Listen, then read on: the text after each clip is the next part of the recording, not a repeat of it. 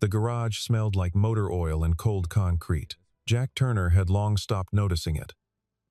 The smell had soaked into his jacket, his hands, the fabric of the worn chair he kept in the corner for when Lily fell asleep waiting. It was the smell of a life that worked barely. Quietly, but worked. He wiped his hands on a rag that was already beyond saving and stepped back from the Silverado he'd been nursing for 2 days. A cracked, manifold gasket. The owner, a retired schoolteacher named Harold, had called 3 times to check on it.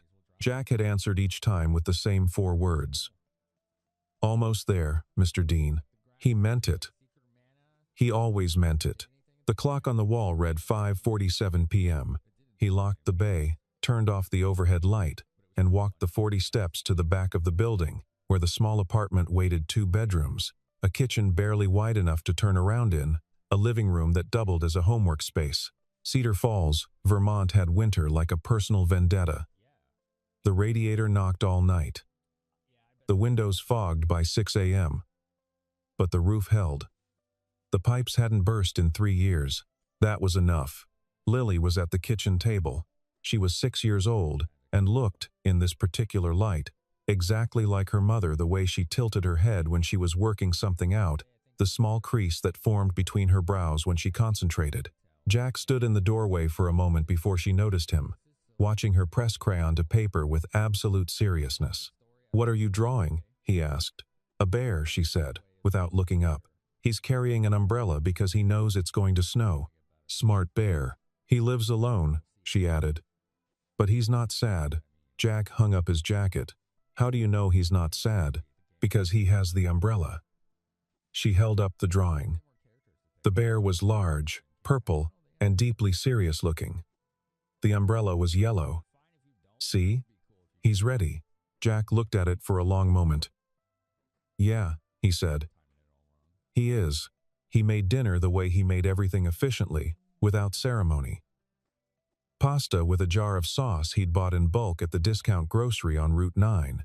He added ground beef because Lily was underweight. Had been since she was 3. And the pediatrician at the county clinic had been specific. Protein, iron, calcium. He kept a list on the refrigerator. He followed it like a directive. She ate most of it, which was a victory. After dinner, she asked for a story.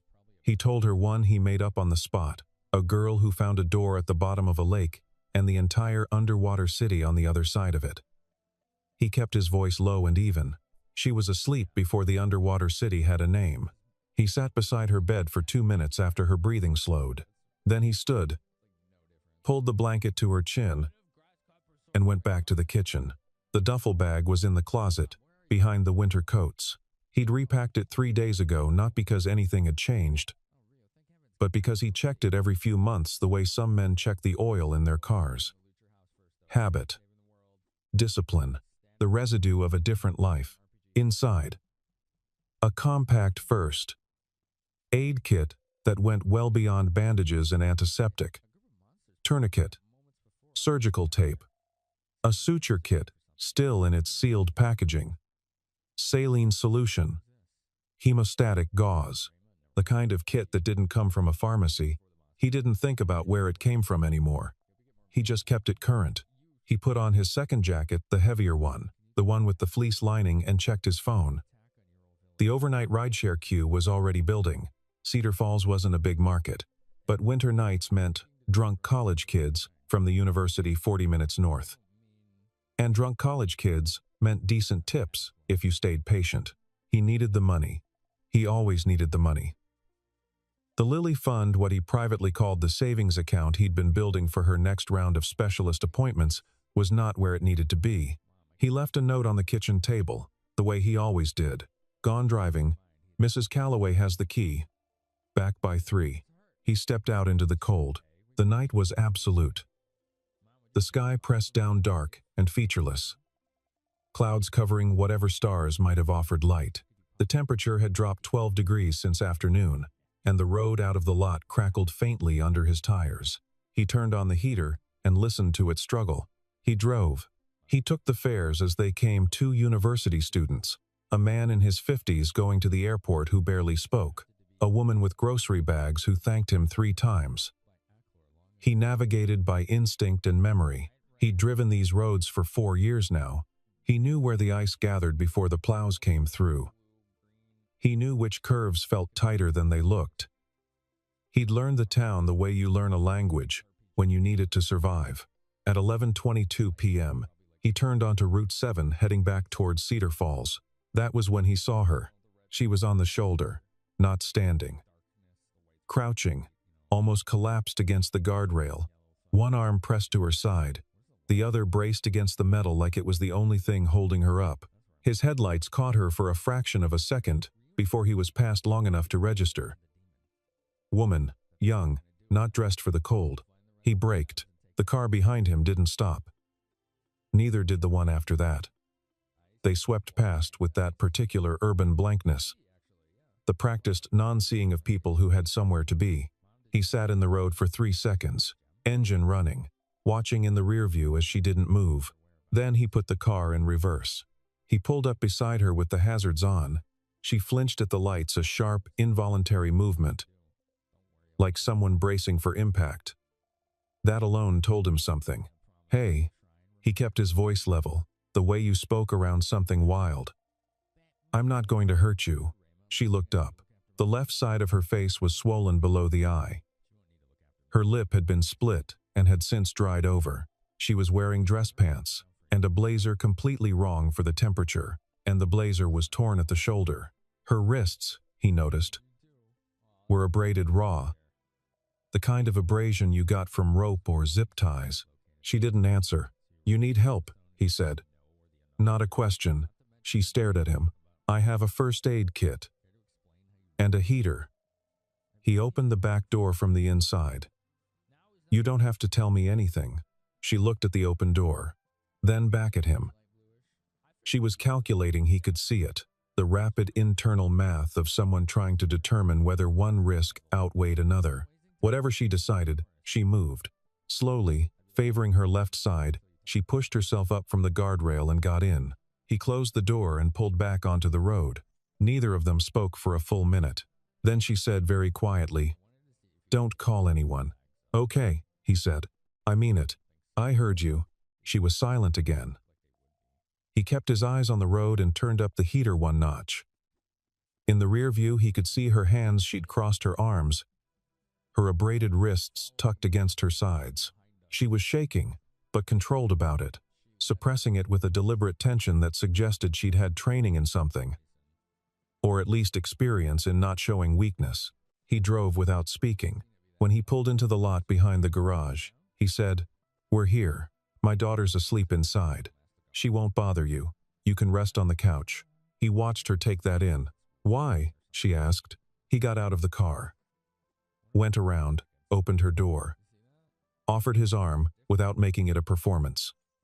"Because it's 11 degrees out," he said, "and you're not dressed for it." He helped her inside. She sat on the couch with a blanket around her shoulders and held the cup of warm water he gave her with both hands. Not tea, not coffee water, because he didn't know what her stomach could handle and he wasn't going to guess wrong. He laid the first aid kit open on the coffee table. "I'm going to clean the cut on your face. You can tell me to stop at any time." She watched him the way you watch something you weren't sure about yet. "My name is Jack," he said, not looking at her while he prepared the antiseptic. "You don't have to tell me yours." After a moment, she said, "Claire." He nodded. Worked carefully. The split lip wasn't deep enough to need stitching. The swelling under her eye was bruising, not fracture. He pressed lightly along the orbital ridge, and she held still. Didn't react with the sharp recoil you got from broken bone. The abrasions on her wrists he cleaned and wrapped with non-stick gauze. "Your ribs?" he asked. She hesitated. "Maybe one.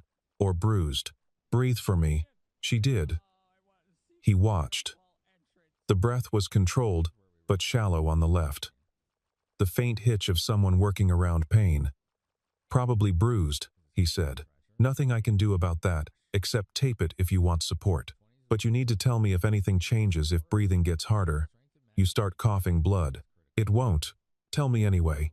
She looked at him. Something shifted in her expression, not softness, Exactly. More like recalibration. That was when Lily appeared.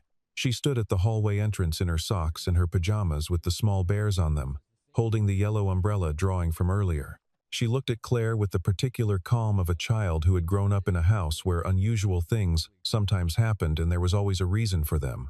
"Hi," she said. "Hi," Claire said. Her voice changed completely. It dropped the guard it had been holding and became something quieter, younger. "You got hurt," Lily said. Not accusatory, just a fact. "Yes, Daddy fixes things," Lily said. "He's good at it," Jack said. "Lily, it's past midnight." "I know." She walked across the room, climbed onto the couch on Claire's other side, and laid the bear drawing on the cushion between them. "In case you need it," she said. Then she climbed back off and padded back down the hallway. Claire looked at the drawing for a long moment. Jack cleared the kit. He set a glass of water and 2 ibuprofen on the end table without commenting on them. He pulled the heavy armchair to face the couch, not close enough to crowd, far enough to give air. "I'm not going to call anyone," he said. "I said I wouldn't." "I know," she said. And then, like it cost her something, "Thank you." He turned off the overhead light and left the lamp on low. Claire lay down on the couch with the blanket pulled up and the bear drawing set on the cushion beside her face. She was asleep within minutes. He could tell by the way the controlled quality left her shoulders. He sat in the armchair. He didn't sleep. He'd noticed things he hadn't said anything about. The abraded wrists, the angle of the marks, the tear in her blazer shoulder consistent with being grabbed and pulled, the way she'd flinched at his headlights before she'd flinched at anything else, the professional economy with which she'd sat down, braced, assessed her surroundings. She wasn't just someone who'd been robbed on the roadside. Whatever had happened to her had been deliberate. He kept his phone face down on his knee and sat very still in the dark house, listening to his daughter breathe down the hall, and the woman on his couch breathe beside him, and the wind outside pressing against the windows like it wanted in. At 2:14 a.m., his phone lit up with a news alert. He'd left notifications on for local alerts, weather, accidents, road closures. He looked at the screen. Breaking. Claire Hartwell, 28, daughter of Northgate Industries CEO Richard Hartwell, reported missing following suspected kidnapping, Cedar Falls area. Public asked to contact authorities with any information. He read it twice. Then he looked up at the woman on the couch. The news alert had a photo. It was a professional headshot blazer, composed expression, dark hair that was currently tangled against the cushion 3 feet away from him. The same face he'd cleaned blood from 90 minutes ago. He set the phone down very slowly. The pieces didn't take long to assemble. She'd been grabbed somewhere in or near Cedar Falls. She'd gotten away, or been abandoned, or escaped. She'd ended up on Route 7 with her wrists raw, and a broken rib, and no phone and no coat. She'd told him not to call anyone. He thought about that instruction now differently. He thought about it for a long time. By 3 a.m., he'd made no calls. By 3:30, he'd looked up Northgate Industries on his phone. Publicly traded. Headquartered in Burlington. Aerospace and defense contracts, mostly government. The CEO, Richard Hartwell, had a profile in a business journal from 2 years ago. Serious-looking man. Gray at the temples. The article mentioned his daughter in one sentence. Claire Hartwell, who serves as the company's Director of Strategic Operations, not just a CEO's daughter, a senior executive. He put the phone down again. He thought about the way she'd said, "Don't call anyone," not panicked, not desperate, level, deliberate, like someone who had calculated that the official channels were not the safe ones. He thought about what that meant. He sat with it until dawn started to gray the windows. Lily woke at 7 and found him still in the armchair. She looked at him, then at Claire asleep on the couch, then back at him. "Did you sleep?" she asked. "A little," he said. He hadn't. "Are you okay?" "Yes." She climbed into his lap, all 43 pounds of her, and pulled his arm around her. He held her and watched the light come up gray and flat through the window. When Claire woke 40 minutes later, she sat up slowly, pressed a hand to her ribs, and remembered where she was in the particular way people remember difficult things all at once. She looked at Jack. He looked back. You saw the news, she said. Not a question. Yes. She was quiet. Your father is looking for you, Jack said. The whole city, apparently. I know. You want to tell me why you said not to call anyone? Claire set her feet on the floor and sat forward, elbows on her knees. She looked like someone who'd been running scenarios all night inside her own head. Because whoever took me knew where I was going to be, she said. My schedule. My route. The specific car I'd be in. She looked at him steadily. 3 people at the company have access to my full operational calendar. One of them gave it to the people who grabbed me. Jack was quiet.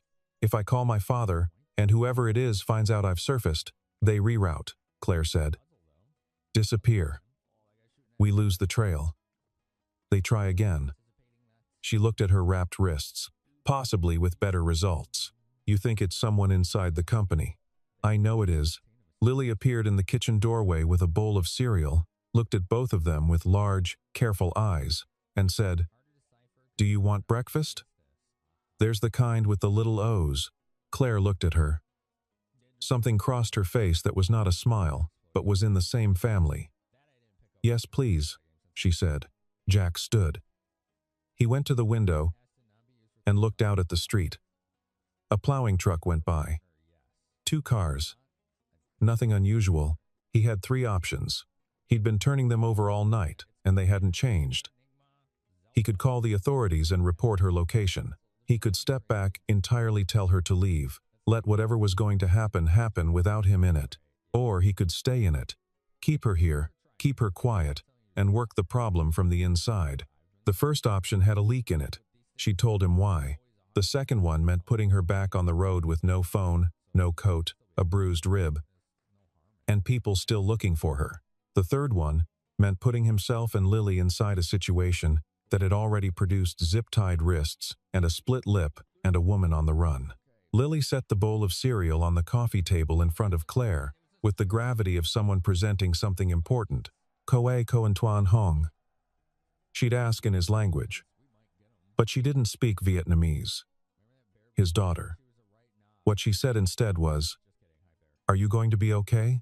Claire looked at her. I'm working on it, she said. Lily nodded like that was the correct answer. Jack turned from the window. You're staying, he said. It wasn't a question either. By noon, the street outside had changed. It was subtle, the kind of change you wouldn't notice unless you were the kind of person who'd spent years learning to notice. A silver sedan had been parked across from the garage entrance since 9 a.m. The plates were Vermont, but it hadn't moved in 3 hours, and the windows were fogged in a way that meant someone inside was breathing. A delivery van had made 2 passes down the block without stopping. Jack watched from the side of the window, not touching the curtain. He'd explained none of this to Claire yet. He didn't need to. She'd already noted both vehicles on her own. He'd watched her track them, without appearing to. Her eyes moving with the casual arc of someone performing a routine scan. Whatever she'd been trained in, or wherever she'd learned it, she knew what surveillance looked like. How long? She asked quietly. She was at the kitchen table. Lily across from her, the 2 of them working on a drawing together. Lily was explaining the bear's ecosystem with complete seriousness. The sedan's been there 3 hours, Jack said. They're not moving in yet. They're confirming. Yes, which means they don't know for certain. She didn't look up from the drawing. If they were certain, they'd move. Lily said, Does the bear have a friend? He's getting one, Claire said. She drew a small hedgehog beside the bear with careful attention, then added a tiny umbrella to it too. Jack went to the back room. The duffel was where he'd left it. He pulled it out and set it on the workbench.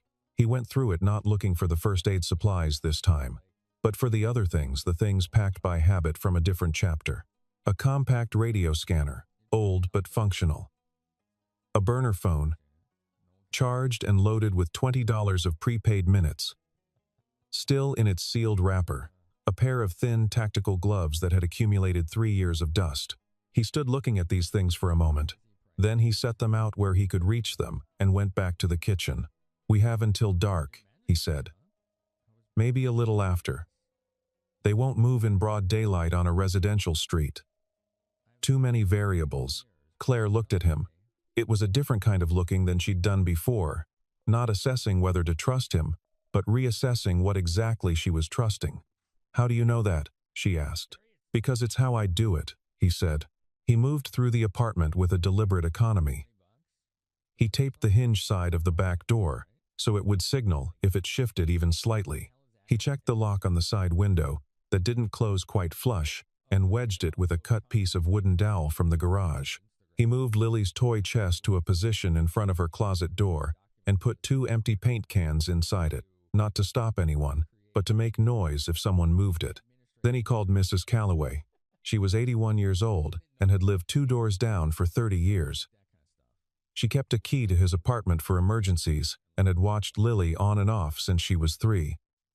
He told her he needed a favor. He told her it was important. An hour later, Mrs. Calloway appeared at the side entrance, and Lily walked out holding her hand, a backpack on, the bear drawing rolled carefully under her arm. She looked back at Jack in the doorway. "You'll call me," she said. "The minute it's okay," he said. She studied his face. "Okay," she said, and went. He stood in the quiet apartment and listened to the sound of them moving down the alley. Then nothing. Claire came to stand beside him. She said nothing for a moment. "She's remarkable," she said finally. "Yes," he said. "She's not scared of me. She's not scared of much." He paused. "She knows the world has sharp edges. She just doesn't let them stop her." He didn't say, "She learned it from watching me." He didn't need to. They settled in. He ate a half sandwich standing at the counter. He offered her the same and she accepted without ceremony, which he appreciated. They moved around the small apartment with the careful coordination of people calibrating how much space to take up. At 4:47 p.m., the sedan across the street turned its engine on. Jack watched it idle for 2 minutes without moving. Then it pulled away from the curb and turned east, out of sight. He didn't relax. A vehicle pulling away from surveillance didn't mean surveillance was over. It meant the shift had changed, or they'd gotten what they needed, or they were moving to a position they preferred. They confirmed the location, Claire said from behind him. He didn't ask how she knew. Yes, she stood with her arms crossed, looking at the middle distance in the way of someone doing rapid internal calculation. "They'll bring more tonight. The 2 men who grabbed me were competent, but they weren't leaders. There's someone above them coordinating. How many, do you think?" "At least 4. They'll split entry points." She looked at the apartment, assessing it with the unsentimental clarity of someone evaluating a defensive position. "The garage is the vulnerability. The connection between the garage and the apartment. I know. What are you going to do about it?" He went to the garage and came back 20 minutes later. He didn't explain what he'd done.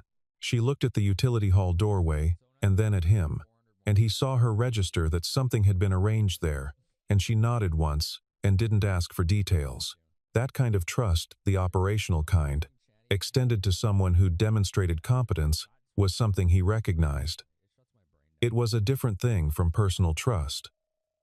It could exist without it, but sometimes, he thought, one grew toward the other. He showed her how to use the radio scanner he'd pulled from the duffel. She handled it without fumbling, adjusted the squelch, found the local emergency frequency, and set it down with the ease of someone who'd handled equipment like it before. He looked at her. "Strategic operations," she said, "at a defense contractor. It's not entirely theoretical work." "No," he said. "I suppose not." They moved through the apartment, making it right. Not fortified, a small apartment above a garage could not be made impregnable. And pretending otherwise was the kind of mistake that got people hurt, but prepared. The difference was significant. Fortification was about walls. Preparation was about knowing what you were going to do when the walls failed. He cooked dinner while there was still light, and they ate together at the kitchen table as if this were ordinary.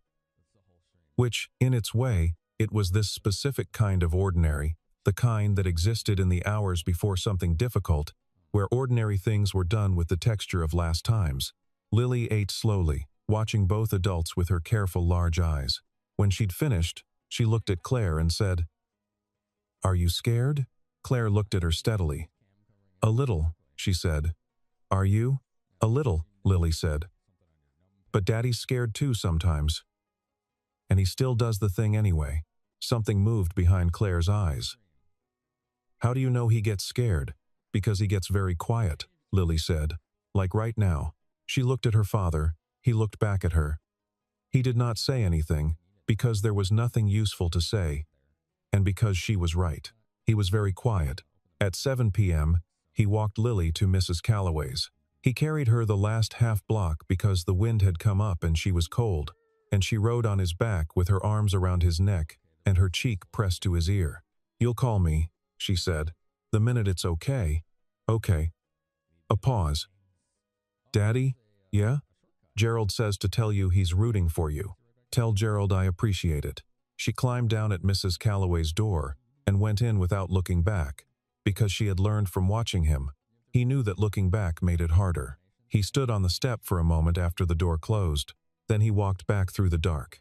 At 4:47 p.m., the sedan across the street turned its engine on. They came at 11:14 p.m. Not through the front, not the side window he'd wedged. They came through the garage bay door, the one that connected the garage to the apartment's utility hall, the one he'd left unlocked on purpose, because he'd wanted to know which entrance they were comfortable with. The first man through moved like someone who'd done this before. Low. Quiet. Checking corners. He used a flashlight with a red lens. He stepped over the toolbox Jack had positioned in the middle of the floor. He did not step over the wire. The crash was specific and loud. A metal shelving unit coming down. Paint cans scattering across concrete.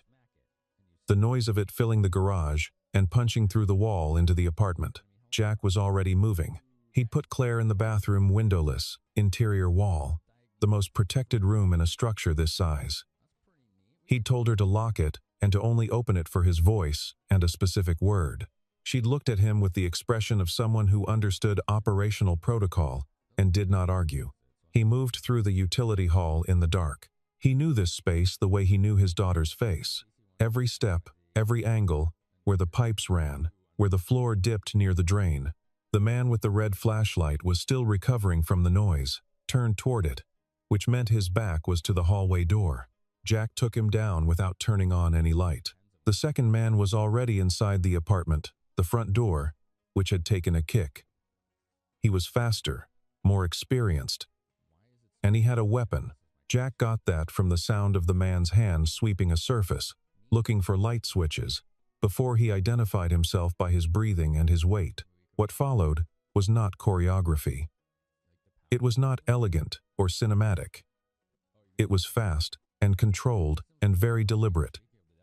The application of specific knowledge to a specific problem in minimal time. Jack had a body that remembered things his conscious mind had spent 4 years trying not to think about. The memory lived in the mechanics of his hands, the way he moved in the dark, the geometry of how to close distance and remove a threat before it could use the advantage it thought it had. When the overhead light came on, he'd finally found the switch. There were 2 men on the floor of the garage and the apartment. Neither was unconscious. He hadn't hit anything that would cause permanent damage. He needed them coherent. He opened the bathroom door. Said the word. Claire came out. She looked at the 2 men. Then at him.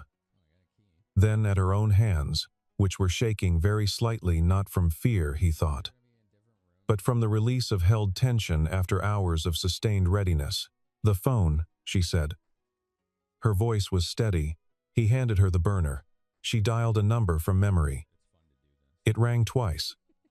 Then, a man's voice answered deep, controlled in the way of someone who had been sleepless for 36 hours. It's me, Claire said. I'm safe. Don't talk to anyone inside yet. Not until you hear everything. She paused.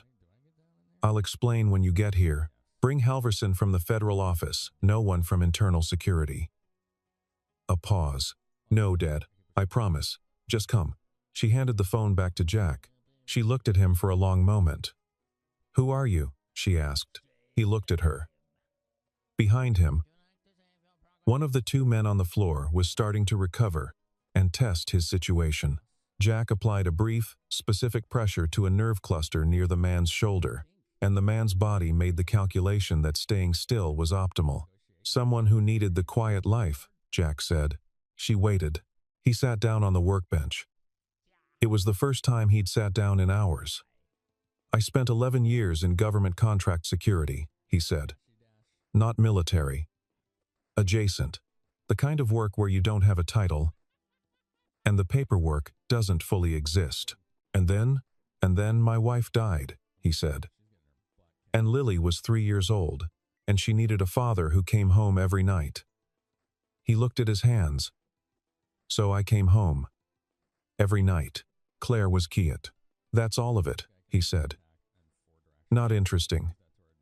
Not dramatic." He looked at the two men on the floor. "Well, usually not dramatic." She almost smiled. "Almost. You built a life around protecting her," Claire said. "I built a life around being there for her," Jack said. "Protecting is just what I know how to do." Richard Hartwell arrived at 1:47 a.m. He came with 4 people. An FBI field agent named Halverson, 2 additional agents Jack had not been introduced to, and a woman who was apparently Hartwell's personal security coordinator. The garage bay was lit up. The 2 men on the floor had been secured with zip ties, Jack's own zip ties, the kind he kept for bundling cables. He found a certain satisfaction in that. Hartwell was in his early 60s, gray at the temples, with the bearing of someone who had spent decades being the most important person in most rooms. He walked in and looked at the 2 restrained men. He looked at his daughter, who stood with straight posture and her arms crossed and the bearing of someone who had made it through intact and intended everyone to understand that. He crossed the room and took her face in both hands and looked at her. "Claire," he said. "Just that." "Hi, Dad," she said, and for the span of that single exchange, she was not the director of strategic operations, or the CEO's kidnapped daughter, or the calculated, operational woman who'd held herself together for 36 hours. She was a daughter. Then the moment closed and both of them came back to themselves. Halverson sat up in the kitchen with a laptop and 2 recorders. Claire sat across from him and spoke for 40 minutes. Jack listened from the doorway. She was precise, thorough, unemotional. She provided a timeline, described the vehicle, described the 2 men who'd grabbed her and the third who had stayed on the phone. She'd memorized the partial plate number in the 12 seconds before they put the hood on. Then she said, "The person who gave them my schedule was internal. The route I was taking that night was a late addition change added to my calendar at 4:17 p.m., the afternoon I was taken. 3 people in the company had edit access to that calendar." She named them. "I need you to pull their communication logs from the company server. Before any of them are notified this case has moved." Halverson was already typing. Jack stepped into the garage and began picking up the shelving unit. He worked systematically, putting things back where they belonged. It was something to do with his hands. Hartwell appeared in the doorway behind him. "Mr. Turner," he said. Jack kept working. "Mr. Hartwell, I'd like to speak with you. If you have a moment." Jack set down a paint can and turned around. Hartwell had the posture of a man accustomed to large negotiations. Jack had the posture of someone who'd spent the night not sleeping in an armchair and then dealt with 2 intruders and had a garage to clean. They regarded each other for a moment. "My daughter told me what you did," Hartwell said. "And what you didn't do." Jack said nothing. "You could have called authorities immediately. You chose not to, because she asked you not to, and because you determined her logic was sound." Hartwell's voice was measured. "Most people would have made a different choice. Most people didn't have the same information she gave me," Jack said. Hartwell was quiet. "You also, by her account, neutralized 2 armed individuals in the dark, using no weapon of your own, without causing permanent injury to either of them, while also keeping her safe and keeping your daughter safe." He paused. "That's not something a garage mechanic does." "No," Jack agreed. "It isn't. Will you tell me who you are?" Jack considered. "I did a lot of government contract work for about 11 years, he said. "The kind where the answer to that question is usually no one. My wife got sick. She died. I have a 6-year-old daughter who needs me to be present. So I am." He looked at Hartwell steadily. "That's who I am now." Hartwell absorbed this. "Fair enough," he said. He didn't press. Jack appreciated that. It took Halverson's team 11 hours to pull the communication logs. Jack was not present for that part. By 4 a.m., with the garage secured and the two men transferred to federal custody, and Hartwell's security team maintaining a quiet presence outside, he had driven to Mrs. Calloway's, collected Lily, and brought her home. She woke up briefly when he carried her in, looked at him, said okay with the complete confidence of someone who understood that her father had handled whatever needed handling, and went back to sleep. He sat in the armchair again. This time he slept. When his phone rang at 2 p.m. the following afternoon, it was an unknown number that turned out to be Halverson. "Thought you'd want to know," Halverson said. "We identified the source. Name's Douglas Pruitt. He's been Hartwell's director of logistics for 6 years. We found the communication chain he'd been feeding operational information to a competing interest for 8 months. The kidnapping was supposed to pressure Hartwell on an acquisition he's been blocking." He paused. "Thanks to Miss Hartwell's account and the evidence you preserved at the scene, including the 2 gentlemen you left gift-wrapped, we have what we need." "Good," Jack said. "Miss Hartwell wanted you to know. Tell her I appreciate it."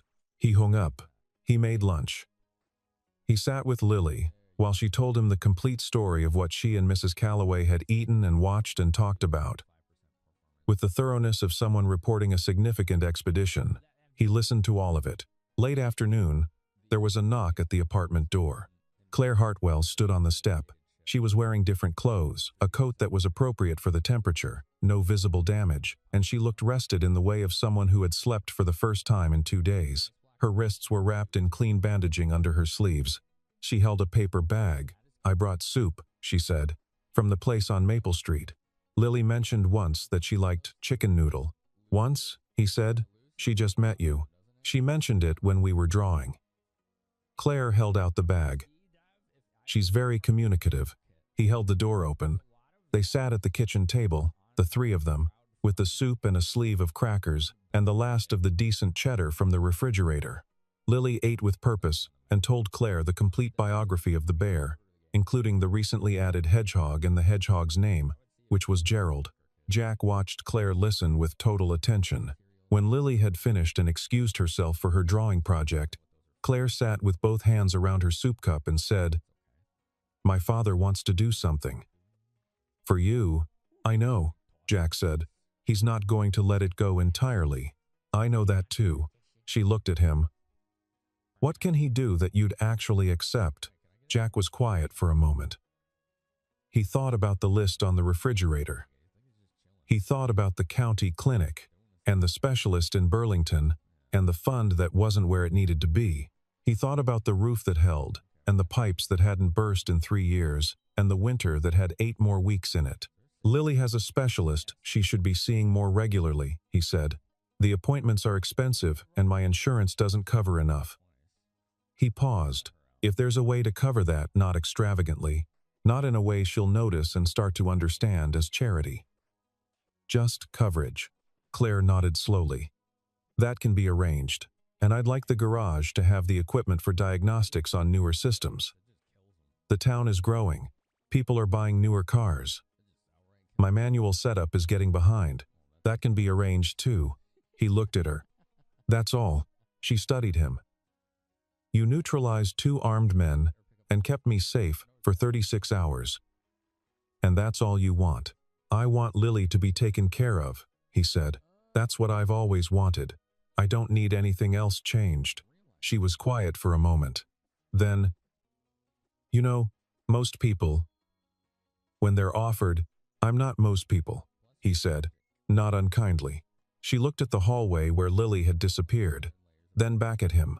"No," she said, "you're really not." Spring came slowly that year. The snow on Route 7 melted in March and left the road looking pale and exposed, the way things looked after a long covering came off. The plow gouges healed over weeks. The potholes were filled. The guardrail where he'd first seen her caught the afternoon light and was just a guardrail again. The garage got its diagnostic equipment in February. It arrived on a Tuesday in 2 large boxes with no return address. Ordered through a legitimate supplier, no fanfare. Jack spent a weekend learning the system. Harold Dean came in with his Silverado 2 weeks later, and Jack diagnosed an electrical issue in 12 minutes that would have taken him 2 hours with his old setup. Harold shook his hand like he'd performed surgery. Lily's specialist appointments were folded into a supplemental coverage plan, the paperwork of which arrived in March and which Jack read entirely before signing. It was clean. It was modest. He'd asked for modest, and they'd honored it. Dr. Patricia Shields at the Burlington Clinic, who'd been watching Lily's weight and energy and assorted small anomalies for 2 years, with the careful attention of someone tracking something she didn't have a name for yet, called in March with preliminary results from a new round of testing. "It's manageable," she said. "With the right supplementation protocol and more frequent monitoring, she can lead a completely normal life." She paused. "I'm glad we caught this when we did. Another year and the picture might have been more complicated." He sat in the truck in the parking lot of the clinic and did not speak for a moment. "Thank you," he said. He drove home. He did not tell Lily anything was wrong. Because nothing was wrong. Not now. What he did was cook the specific dinner she'd been asking about for 3 weeks, pancakes with blueberries, and the kind of syrup that was more expensive than he'd usually allow, and let her eat as many as she wanted, which was 4.5, which was a record. She ate with the satisfied thoroughness of someone who understood this was a special occasion without needing to be told why. Claire came back once more. In April.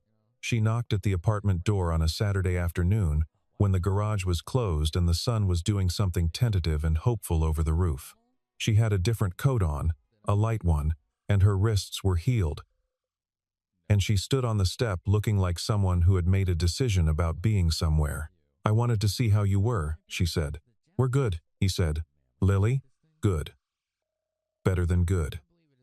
He thought about what the doctor had said, and what the new monitoring was showing, and the specific morning energy Lily had now that the protocol was right. "Really good." Claire nodded. She looked around the lot, the garage, the small apartment tucked behind it. "The way you looked at a place when you were trying to hold it in your memory. Douglas Pruitt pled guilty," she said. "The trial's not going to be necessary." "Good. My father spent a week being very angry about it," she said. Then he reorganized the access structure for executive calendars and added a biometric authentication layer. She almost smiled. "He works through things by fixing systems. Runs in the family," Jack said. She looked at him.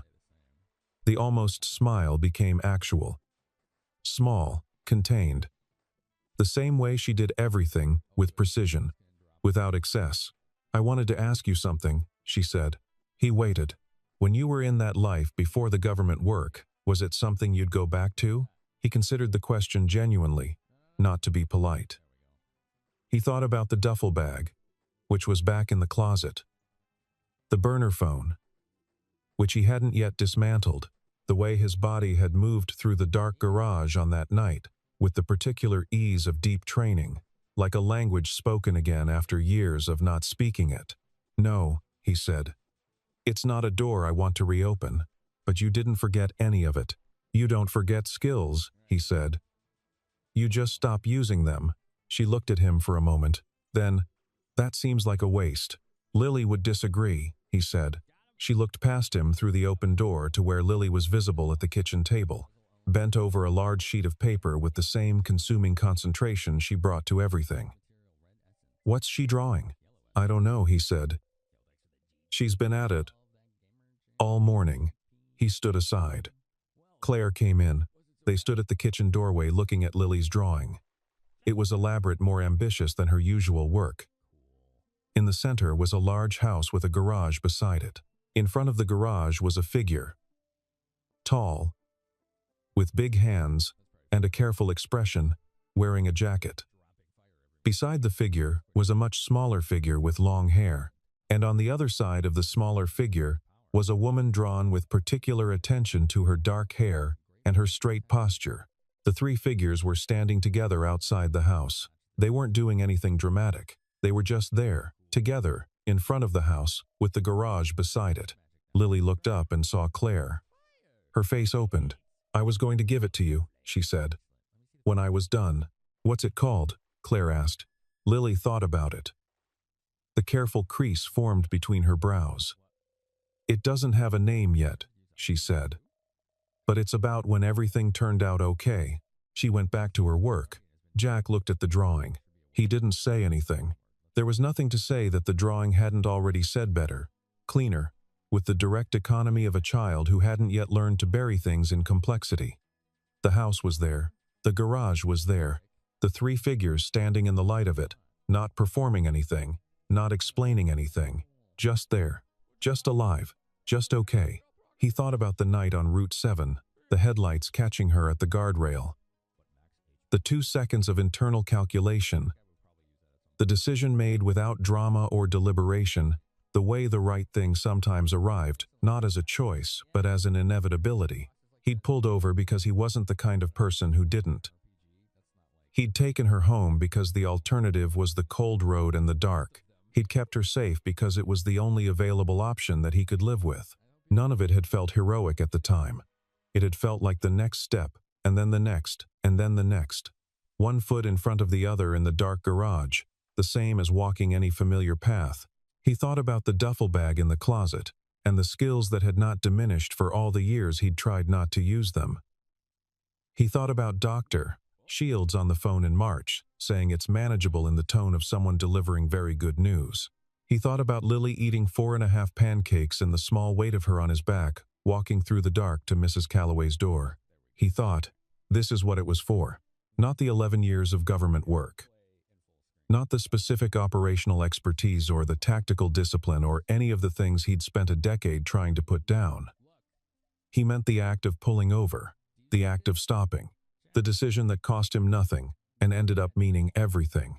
This drawing, with its 3 figures outside the house, Claire had not moved from the doorway. He was aware of her beside him, looking at the same drawing, probably thinking different things about it. She had her own version of this, the 36 hours of controlled endurance, the calculated trust extended to a stranger in a dark car, and the phone call to her father, with specific operational instructions delivered before anything personal. She had come through it her own way, with her own resources, and it had been enough. They were different people. They came from different worlds. They would go back to those worlds when this afternoon ended. As they should. But there was something that sat between them in the looking at this drawing, some shared understanding of what it meant to be the kind of person who made certain choices and lived with the weight of them and got up the next morning and made them again. Lily looked up from her work. She had added a small sun in the corner of the drawing, crayon yellow, slightly too large for realistic proportion, the kind of sun 6-year-olds drew as a statement of intent rather than observation. She examined it, with her head tilted. It needed more light, she said. To no one in particular. To both of them. Yeah, Jack said. It did. She went back to her work.